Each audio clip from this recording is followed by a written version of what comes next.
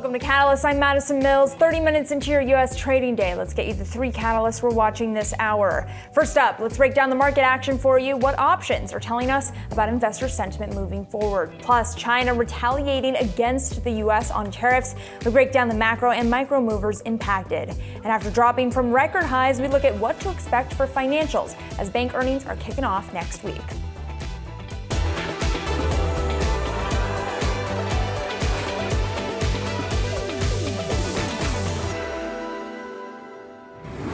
Half an hour into the start of your U.S. trading day, let's get a look at the market here. Taking a look at stocks, you've got your S&P still down about 2.8%. Your tech-heavy NASDAQ off about 2.8% as well. At current levels, if we start to see the market closing in at the record of selling we're seeing right now, it would be the worst week for the S&P 500 since March of 2020. Again, seeing a similarity to the global pandemic in the market action this week off the back of self-inflicted policy. Let's move over to the bond market here. We're still seeing yields coming in. Your 10-year staying steadily below that 4% level here at 3.94%. Seeing the front end of the curve also coming in. The bond market doing its job as we're seeing the sell-off in stocks here.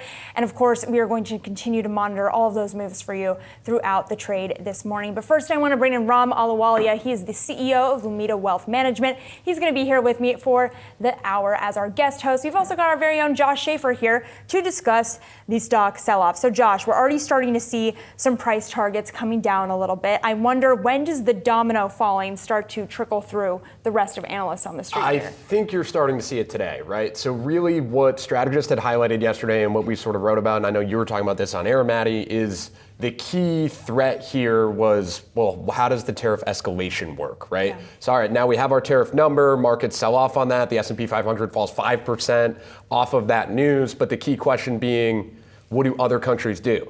Yeah. Well, look what happened, right? So China comes out, slaps 34% tariffs back on the US. Your S&P 500 is down. I'm looking at the screen there, what, about 3% today? Mm-hmm. So that is sort of what strategists have been afraid of, and I think that's why you're starting to see strategists move. So RBC Capital Markets, Lori Calvasina, came down from 6,200 to 5,550, which is actually up now from where we are, which is kind of shocking. Yeah. But I think you're seeing a lot more people start to talk about that bear case, and sort of the looming question here being, how long are we going to be playing this game? How long are we going to be waiting to hear what countries respond, when they're going to respond, and is any of this going to be a concession, or are we just talking only retaliatory tariffs? I feel like that feels like one of the biggest risks right now. Well, Ram, what are you telling clients right now about the likelihood of negotiation and all of this, putting the genie back in the bottle when it comes to the negative push on markets? Look, this is make bonds great again. The set of policies we're seeing are not growth-oriented. If you look at every element of the GDP equation, right, you have consumption, investment, government spending, and trade. All of them are moving down. And to Josh's point, what analysts are doing is walking down earnings estimates. Every week of this correction, institutional analysts have walked down earnings estimates, and institutions have sold into that. Now, we're at a very unique time because we are seeing panic in the market. The VIX broke 30. The 10-year went from 4.1 to 3.6%. So there's a lot of coiled up fear. People are crowding into defensives like staples and utilities, which are overbought. People are willing to pay 50 times earnings for Costco. So we likely are set up for an intermediate bounce starting maybe Monday, maybe today. It's going to be close. Why? What would cause a bounce at this point? Well, there's been so much indiscriminate selling and so much demand for puts and insurance. And when you buy insurance after the house burned down, that's usually not a good proposition. You want to panic before other people panic. And right now, people are willing to pay excessive premiums for insurance. Now, what will happen is people are going to start looking at that and say, gee, it doesn't make sense for me to buy puts and protection at that level. And then that'll cause dealers to actually buy stock, because dealers are always delta hedging the market. Mm-hmm. So that'll cause a relief rally. But the question is this.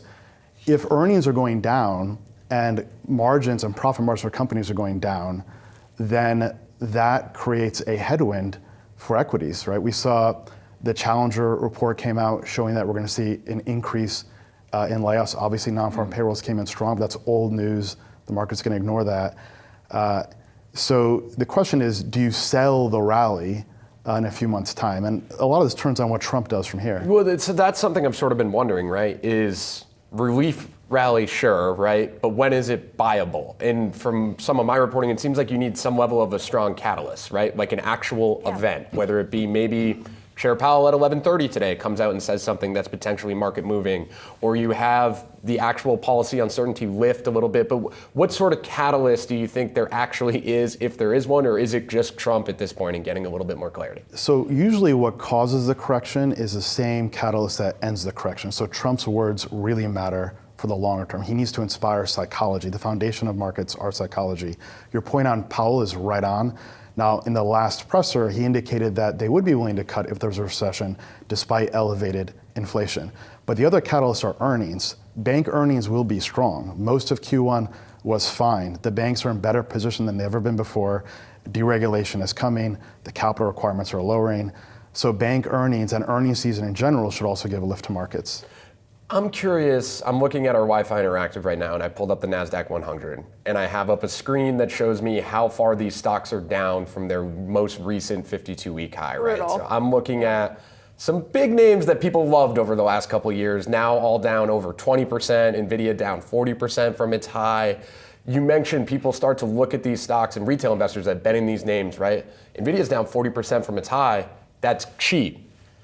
Is there a reason to actually be getting into these names, though, at these levels, or is there not a pure reason? I think early next week, there'll be some good opportunities, but what worked over the last 2 years and 10 years in terms of high multiple, unprofitable tech stocks, that's not gonna work.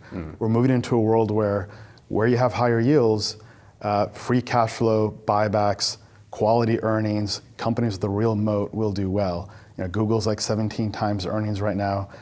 Meta's getting cheaper. They had 48% year-over-year earnings growth. Probably not going to deliver that earnings growth this year, but should still be attractive. NVIDIA is really an underwrite on the data center play. The unknown there is how will tariffs look like on semiconductors and GPUs in Taiwan? Right now they have a carve out, but that uncertainty is weighing on the stock, as well as the willingness of Microsoft to invest in CapEx. Yeah, and all of this could potentially come at a time when we're about to enter second quarter earnings, and a lot of our sources are telling us all these companies are going to potentially cut guidance as well, because how do you give guidance in this environment? So we're going to continue discussing all of this. Josh, thank you so much, Ram. You're going to stick with us here. Let's get to our next guest, because volatility spiking. The VIX briefly breaking above 40 after China announced those 34% additional tariffs on U.S. imports, along with a slew of other retaliatory measures. Coming down a bit off the back of the March jobs report, we can take a look at the VIX here, but still, DataTrek Research co-founder sounding the alarm that the VIX is on the verge of signaling a bear market. Joining us now, Jeff Jacobson, the managing director and head of derivative strategy at 22V Research. Jeff, great to speak with you. What is the VIX signaling right now in your view for markets? Well, clearly the VIX is signaling there's fear in the market. I had put in my note last week on Sunday, I thought there actually was some complacency in the market.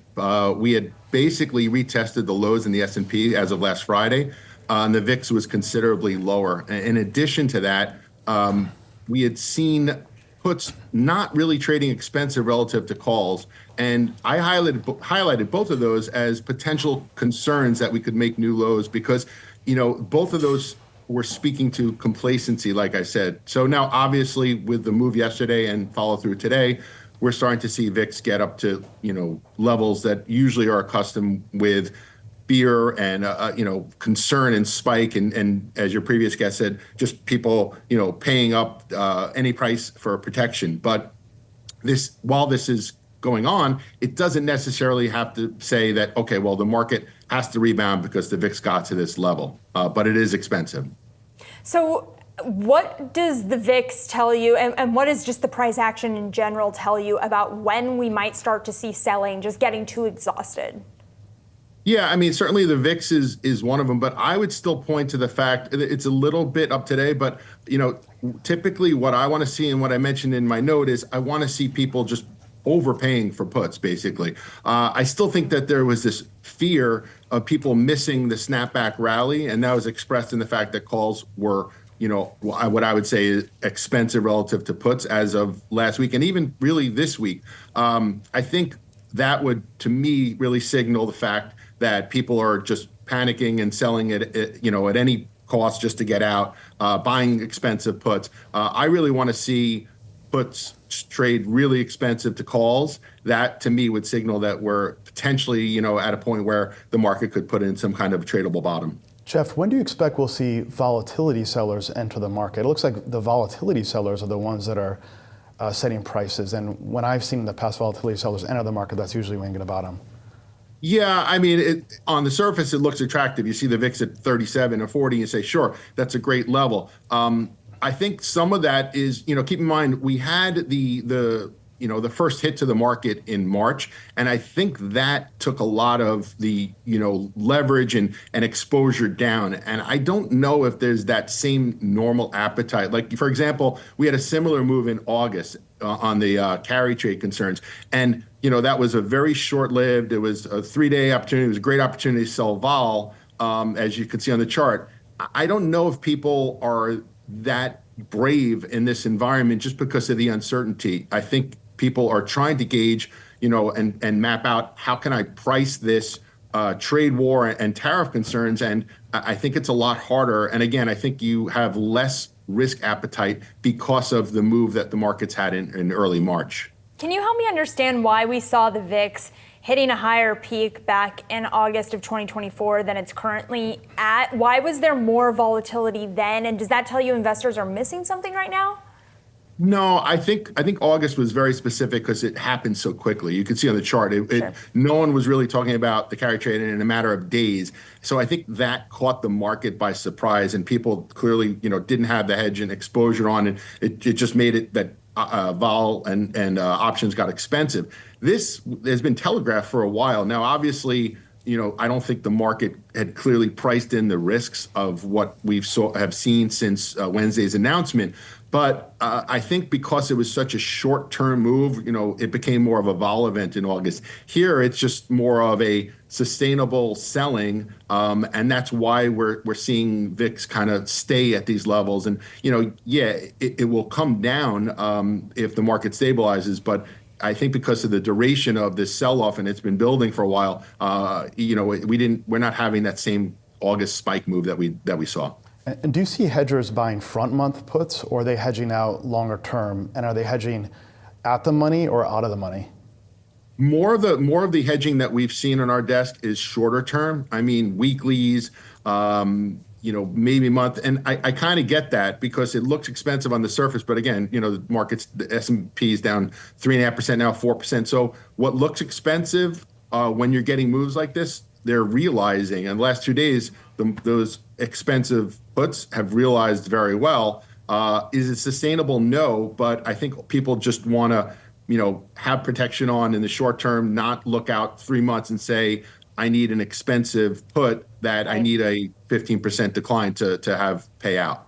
Jeff, really great overview. Thank you so much. Appreciate it. Ram, I want to bring you back into the conversation. What is your takeaway there in terms of what the movement in the VIX means for equities and stocks? This is a panic. This is all the traits and marks of a panic. You can see it in the VIX. You can see it in the demand for bonds, where you saw the 10-year go from 4.1 to 3.6%. You can see in the demand for staples and the demand for utilities. And you're also seeing indiscriminate selling. So I think what it means is that you're setting up for a bottom sometime the next couple of days. And how do you position ahead of that? Like, are you advising anyone to change anything? Are you changing anything personally? So typically what happens is what bounces the most out of a correction is that which dropped the most going into it. And I think positioning around quality and high ROE businesses is a good idea given the uncertainty ahead. Businesses that don't have dependency on financing or capital markets or don't have high debt levels. So some of the MAG 3 or 4 ideas are good, except I would want to avoid Apple given that they're the obvious retaliatory target. Yeah. You can switch to Nokia if you're in Europe. It's crazy, it's Samsung. Apple, and we're like, yeah, no, avoid it. But Google and Meta are interesting. I think another idea is owning and tilting more to value. So what's been working this correction? Insurance. Why? Because you're obligated to pay for insurance under a law. Even if the consumer's weak, that they prioritize getting to work, they got to pay for auto insurance, property and casualty insurance. So it's been the best theme thus far. There's a stock I like called FNG Annuities. It's got a 7 times forward PE. It's got low double-digit earnings growth. And it sold off recently because they did a secondary share offer to a party, Fidelity, And so it's trading cheap because of that. But boomers are spending on insurance and annuities. Yeah. That theme's not going to go away. So I like that secular idea as well. All right, great ideas for our audience, Ram. Thank you so much. When we come back, Kevin O'Leary joining us to talk tariffs, TikTok, and more. Stick around.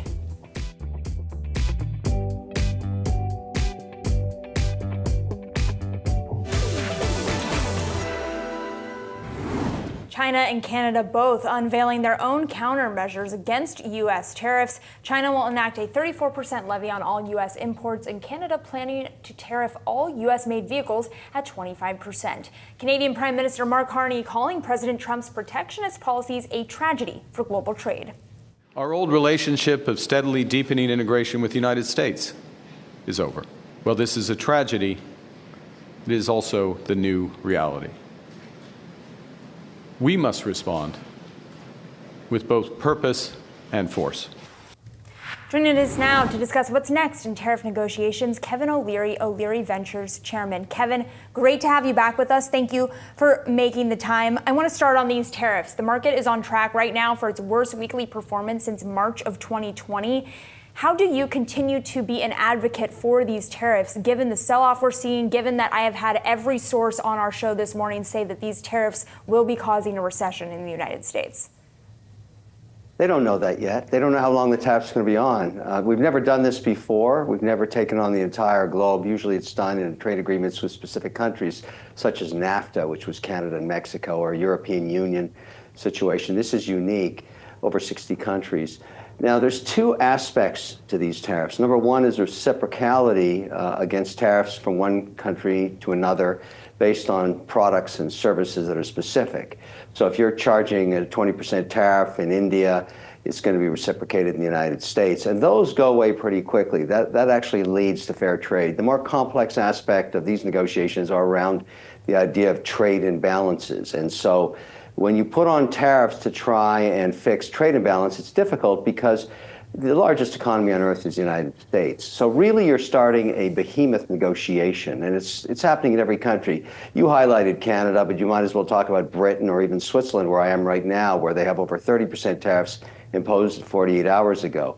And so you can assume that behind the scenes are two spheres of negotiations. One is, let's try and reduce the imbalance of trade by buying more stuff from the United States. That's one signal. And the other, which is very easy to fix, is simply remove all tariffs. If you're going to have reciprocal tariffs at 20%, 30%, 40%, just get rid of them, bring them down to zero. But Kevin, as of this morning, with the 34% retaliatory tariff from China to the United States, we are not getting closer to free trade. We are just getting further into a trade war. No, China's a whole different story.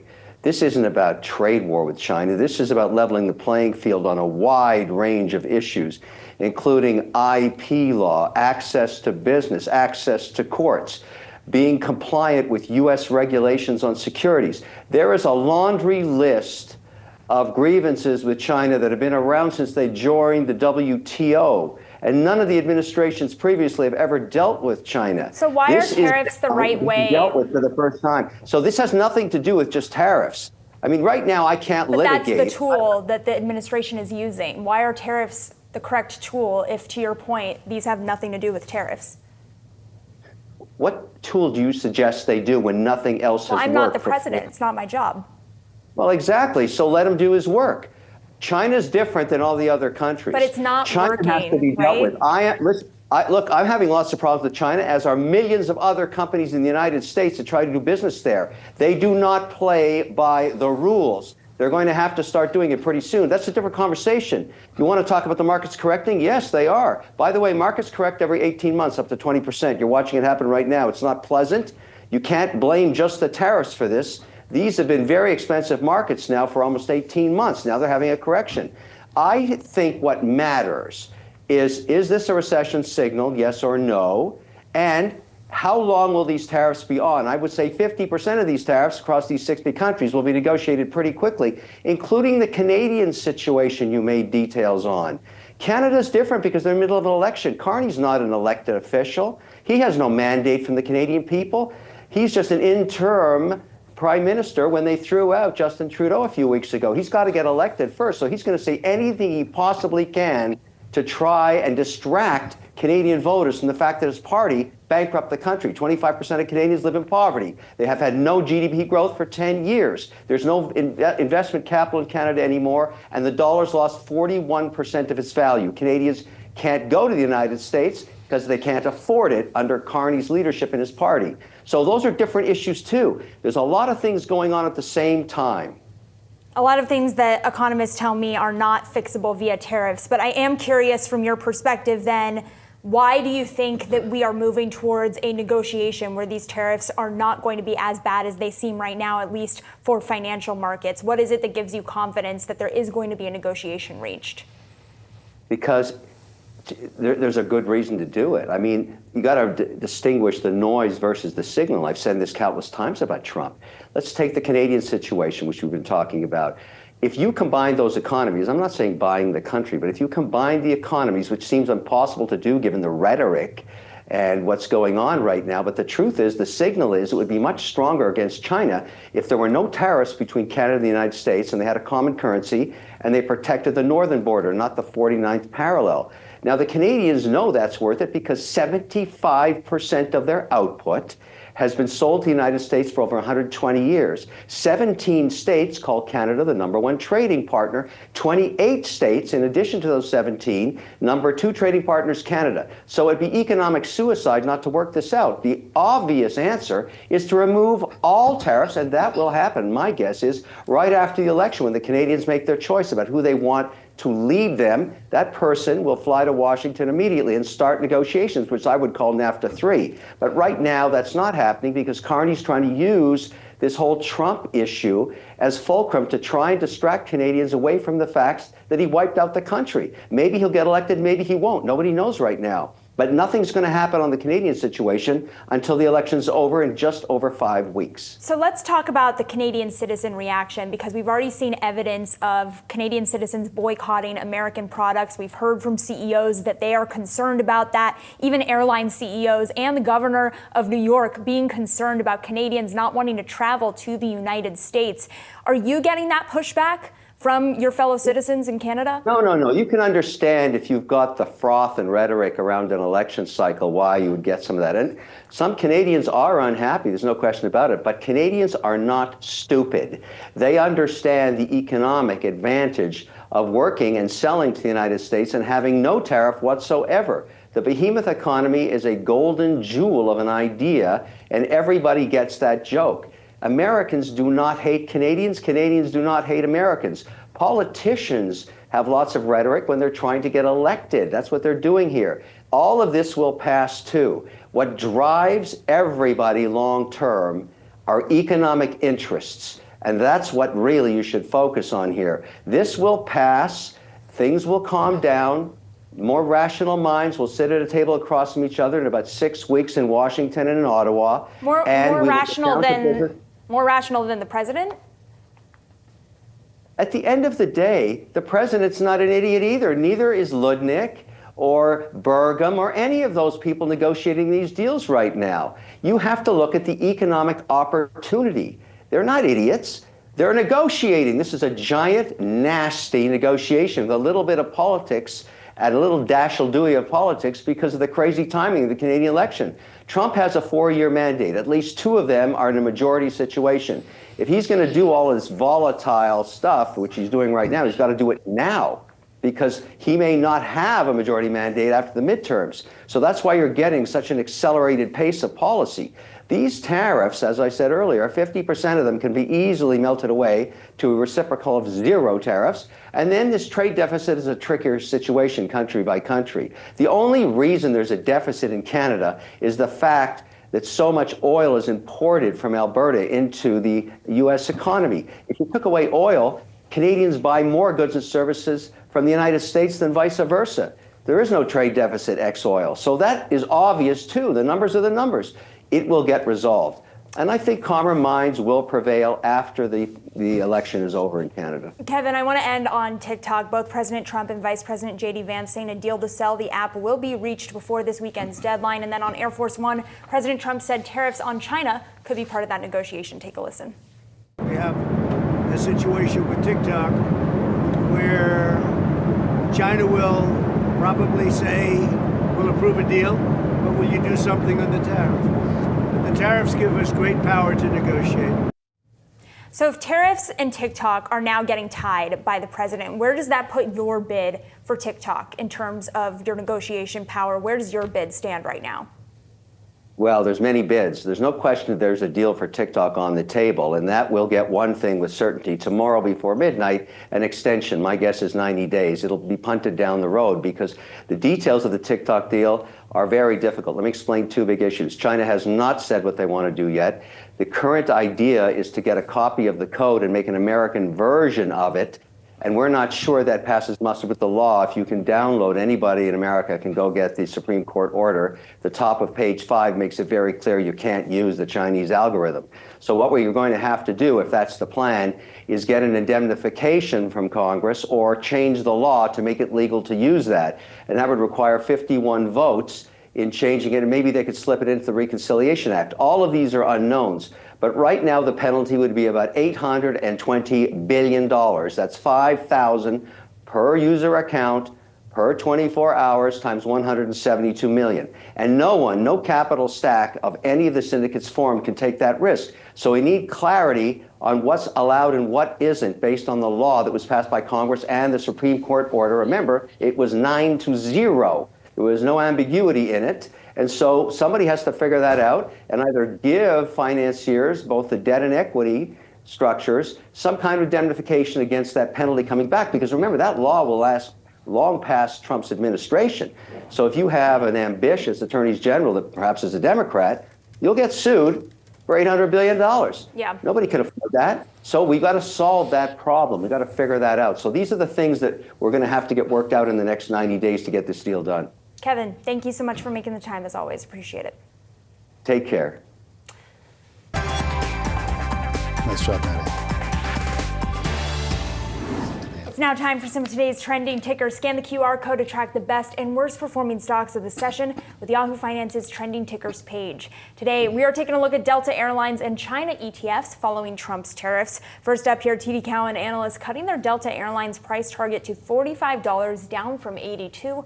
Still maintaining a buy rating on the stock. Bank of America also trimming its Delta price target to 56 from 65, maintaining a buy rating. This comes days ahead of Delta earnings on April 9th. In March, Delta lowered its first quarter sales and profit outlook, expecting limited domestic travel demand to weigh on its upcoming results. Ram is still with me on set here. Ram, these airlines just getting hammered by TD Cowen this morning in terms of ratings, but they're not the only ones, and I wonder what it takes. They're still at an overweight rating. What's it going to take to get that moved down? Well, look, the broader theme is that consumers are pulling back. So Delta provided a warning about a month ago that they're seeing softer consumer demand. And why is that? Because travel is a discretionary spend item. You're also seeing weakness in restaurants as well.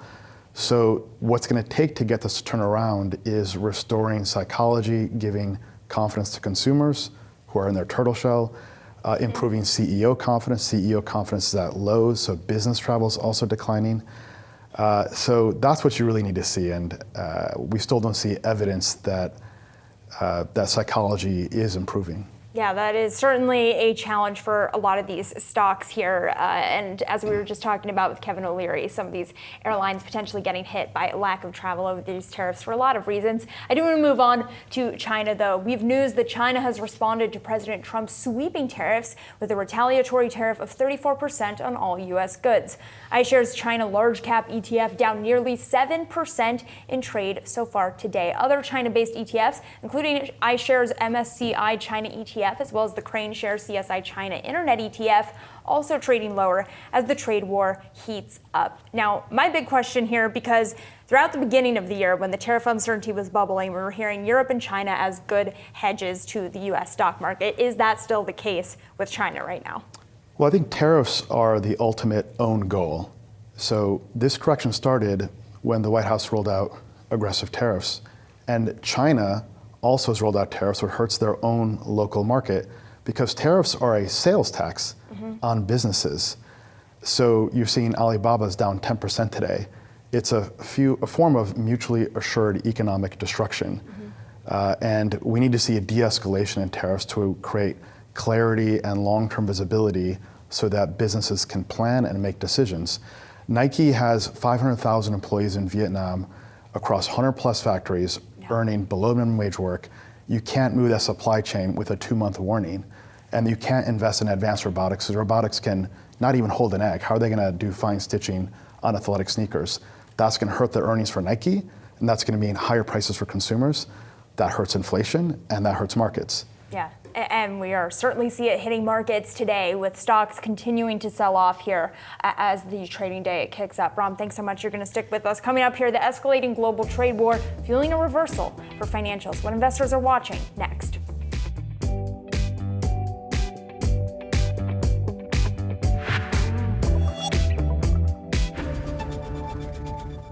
About an hour into the start of U.S. trading, let's get a check on the markets here. Your S&P 500 down about 4%. Your tech-heavy NASDAQ down about 4.5%. But I want to check in on the NASDAQ 100, because the NASDAQ 100 is set to enter a bear market after falling 20% from its prior peak. So you're already in correction territory when you're down 10% from your prior peak. And now, as we've seen that sell-off continuing, you're now down about 20% from the peak. If we see the market continuing its current sell-off into the close, it will be the worst week for the stock market since March of 2020, of course, when the global pandemic kicked off. Moving on to bank stocks, extending losses today as rising recession fears weigh on the sector. The KBW Nasdaq Bank Index peaking earlier this year before seeing a steep drop in recent weeks. This as the big banks are set to kick off first quarter earnings season next week. Joining me now, Allison Williams, Bloomberg Intelligence Director of Research Global Strategy Team. Allison, thank you so much for joining us. Wow, what a week for financials. Just a huge amount of selling here. What do you think happens next? So clearly the quarterly trends are going to be old news with the reports, and the focus is really on the risks ahead. The stocks had performed very well coming out of the election on lower regulatory risk. That's still intact. However, the key concern is credit risk. And that's really going to be the shift in the narrative, both in the earnings and the quarters ahead for the banks. Investors had really been focusing on monetary policy and interest rates. Now the focus is on fiscal policy and credit risk. I think a few things that we're going to see in the quarter. Again, it's mostly backward looking. We are going to see strength in trading, record trading volumes in several asset classes in March, and certainly a more active trading this quarter. However, with the other capital markets businesses, such as investment banking fees, there have been hopes for an investment banking fee recovery this year, and we think that enthusiasm is curbed, if you will. There was a strong start for the year, so we think fees will be okay for the quarter, but really the outlook is incredibly uncertain, and CEOs do not like to move ahead with those decisions when they sort of don't know what the outlook is. And so we think that the fee recovery will be dashed. Obviously, asset and wealth management businesses will be impacted, again, more in the quarters ahead than the first quarter, but it's really credit that investors will be focusing on. Is there still any enthusiasm to be found within financials, particularly given, as you know, there was so much excitement around regulation and deal making getting ticked up? Is there still hope for some of that moving forward? So from the regulatory view, I think that is a shift under this administration, and I do think that is a positive, especially if some of the capital regulations referred to as Basel III endgame could be finalized under this administration. That was really a key concern for the banks in the prior administration, just because it would be tougher for the banks to return capital. They would have to hold more capital, and it would damp returns on the business. So that is still intact. However, the credit costs, which, as I said earlier, have not been a focus for banks, are going to be a big question. And I think you could see some provisions in the quarter, and that's going to be a key thing that we're watching, because those provisions basically will look ahead. Provisions are set to the life of the loan, and to the extent that the banks are changing their economic outlook, our view is that they will probably place a higher weight on a more negative outlook. So it's too early to tell, what the outcome will be, but certainly weighting towards a higher risk scenario is going to increase those provisions, especially on the consumer side for the banks to some extent in the quarter. That will be offset by some of the trading strength. Allison, we'd love to have you back again soon. We've got a little bit more time. Thank you for coming on. We appreciate it. Thank you. Coming up, with big tech continuing to slide after President Trump's tariff announcement, how the C-suite is preparing to respond. That's next.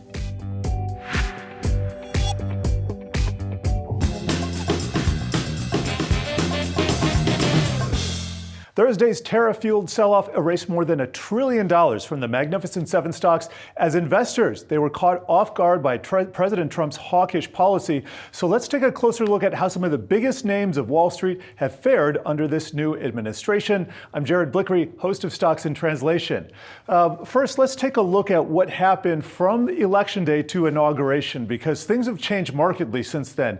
But if you recall, you go back to January 17th, the close of that day, the time period between the election in November to January, in the middle of that month, produced gains of Tesla of about 70%. Then you can see gains of Alphabet for 15, Amazon 13, and so on down the line.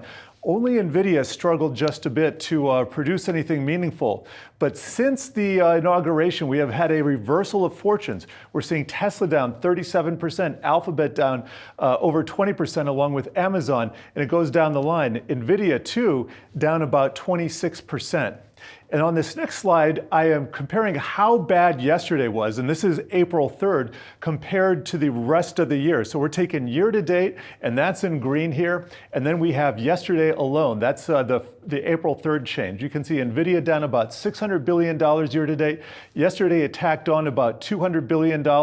Apple tacked on $300 billion, and so on down the line. I'm going to leave it with a heat map that shows us the mega caps and how they're faring so far today. I'm going to leave this at the 2-day mark and just show you a lot of these stocks have sold off enough that we could have a little bit of a bounce back. But specifically in Apple, I'm watching the 210 level, and NVIDIA, well, NVIDIA could bounce back too. So we'll have to see how this plays out. But tune into Stocks in Translation for more jargon-busting deep dives. New episodes on Tuesdays and Thursdays on Yahoo Finance's website or wherever you find your podcasts. All right, Jared, thank you as always. Appreciate it. The NASDAQ 100 is set to enter a bear market today as the tech sell-off continues its slide amid the trade war. Our next guest has been talking with CEOs in the tech space about how the tariffs could impact their businesses and what they're expecting from the administration going forward. I want to bring in Dan Newman. He is Futurum Group's CEO. Dan, great to have you here. Tell me what executives are telling you in the tech space. One of the fun parts of my job, but not so fun this week, is having the opportunity to spend a lot of time providing feedback and also listening to the CEOs. And I spoke to half a dozen large cap and a few small cap tech CEOs. And one of the things that every one of them was going into the week was really hoping to get some certainty this week. And that was one of the biggest surprises, was instead of coming out with more certainty, we actually have entered a period where all of them feel we are less certain. A lot of them feel that what Trump and Lutnick and the administration did was more of an opening salvo. And they really think it's going to come down to 10, 15 of our world's largest trading partners. There's a lot of noise about all these smaller nations, but they basically feel that there is going to be more negotiation. We're seeing the back and forth today with China. Spoke to Bill McDermott at ServiceNow, and it was interesting to hear his perspective. You know, he actually said he's zeroing in on what he can control right now. And if you're a hardware company like Apple, you don't have as much you can control. But for someone like them, he's looking at the situation and saying AI is actually going to be this great deflationary enabler right now. So as companies are kind of tightening their belts, they maybe look to start slowing spending down.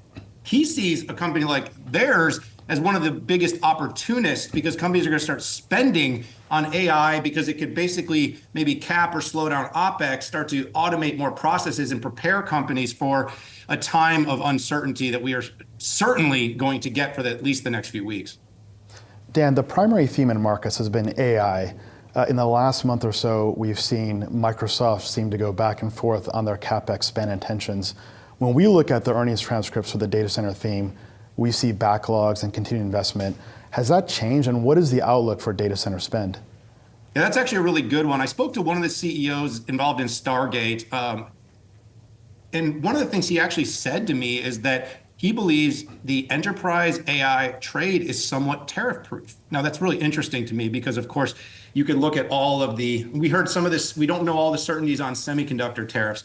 But effectively, the build out, his perspective from the conversations he's had, and my conversations with CEOs have been very similar, is that these companies that have massive operating leverage, the Mag 7, some of the largest software companies, they actually have the opportunity to look at this drawdown as a moment to double down on R&D and position themselves, knowing that AI is going to be the product that will accelerate coming out of this. They're not certain of when they're going to come out of this, but they basically told me the CapEx is locked in. And so the near term on sort of these CapEx plays for big AI buildouts seems to be pretty secure. I'm much more confident, and from all the conversations I had, I remain much more confident in the enterprise side of the trade. The consumer stuff, though, is very opaque right now. I could ask you a million more tariff questions, Dan, but we only have time for one more, and I have to get to a story that would be headline news if it wasn't for a day like today, and that is this Intel TSMC deal. Talk to me about the deal. How bullish are you on what this means for Intel moving forward? And were tariffs part of the kind of final push for that deal? Yeah, I'm still a little skeptical. I'd like to get a little bit more backing on these sources. Having said that, we need the U.S. fabless companies, the design companies, the NVIDIAs, ARMs, Broadcoms, to lean into Intel. All these companies love working with TSMC. They basically allowed TSMC to raise prices endlessly, and it still hasn't caused this sort of mass exodus to the doors. We need to produce here. We need to bring the IP transfer here. And I think the partnership can certainly speed up the process of getting those big volume AI chip companies and device companies to use Intel foundries. And 18A looks better. So I'm feeling positive about it because this is a big play. It is a U.S. play, and it could be helpful in terms of getting some confidence back in U.S. manufacturing of leading edge chips. All right, Dan Newman, got to leave it there. Thank you so much. Appreciate it. Thank you. Coming up, with the fear index spiking, how can you make that fear work for you? That's next on Catalyst.